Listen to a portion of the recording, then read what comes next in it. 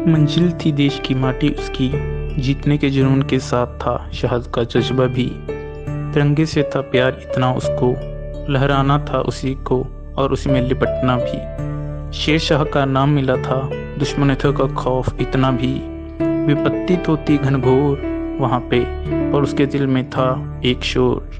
दुश्मनों की धड़कनें भी रुक जाती थी जब चोटियों पर वह सुनाई देता था, ये दिल मांगे मोर, ये दिल मांगे मोर, ये दिल मांगे मोर। कैप्टन विक्रम बत्रा का जन्म हिमाचल प्रदेश के पालमपुर में हुआ था। उनका जन्म 9 सितंबर 1974 को हुआ था। उनके पिता जीएल बत्रा एक स्कूल में प्रिंसिपल थे और उनकी माता कमलाकांत बत्रा एक अध्यापिका थी। कैप्टन विक्रम बत्रा और उनके जुड़वा भाई जो कि विशाल थे, उनका बचपन का नाम लव और कुश था। लव यानी विक्रम और कुश यानी विशाल। कैप्टन विक्रम बत्रा ने प्रारंभिक शिक्षा डीएवी स्कूल, फिर बाद में सेंट्रल स्कूल पालमपुर से की थी। उसके बाद उन्होंने डीएवी कॉलेज चंडीगढ़ से बीएससी की पढ़ाई की थी। इस दौरान वो एनसीसी के बेस्ट कैडेट भी चुने गए थे। इसी टाइम उनकी रुचि सीडीएस के लिए हो गई थी। हालांकि उनको मर्चेंट नेवी के लिए भी ऑफर आया था, लेकिन उन्होंने वो करोड़ों लाखों पैकेज की नौकरी सीडीएस के लिए छोड़ दी थी। बीएससी के बाद उनका सीडीएस क्लियर हो गया था और 1996 को उन्होंने आईएम में, इंडियन मिलिट्री एकेडमी में देहरादून में प्रवेश ले लिया था। दिसंबर 1997 में प्रशिक्षण समाप्त होने पर उन्होंने 6 दिसंबर 1997 को जम्मू के सोपोर में लेफ्टिनेंट पद को ग्रहण किया था। 1999 में उन्होंने कमांडो के साथ और भी बहुत सारी ट्रेनिंगें की। 1 जून 1999 को इनकी टुकड़ी को कारगिल में युद्ध के लिए भेजा गया था। हम्प और रॉकी नामक स्थान को जीतने के बाद उनको कैप्टन बना दिया गया था। इसके बाद श्रीनगर लेह मार्ग के ऊपर चोटी 5140 को पाक सेना से मुक्त कराने के लिए उनकी टुकड़ी को भेजा गया था। उस लड़ाई में उन्होंने सेना की अगुवाई की थी और दुश्मनों के छक्के छुड़ा दिए थे। उन्होंने अकेले 4 दुश्मनों को मार गिराया था।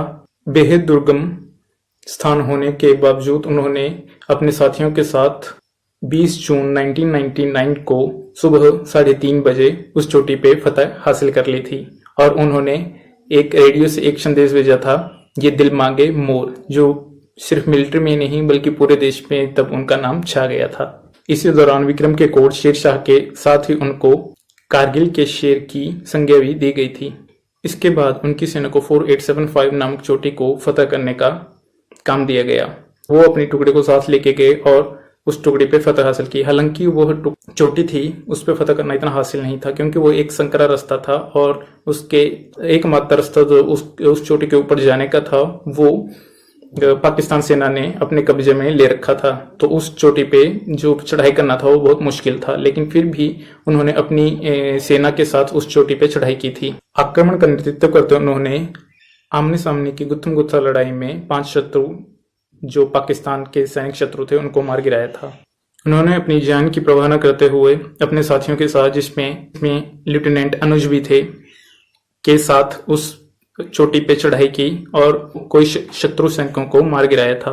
किंतु जख्मी हो जाने के कारण वो अंत में वीरगति को प्राप्त हुए थे।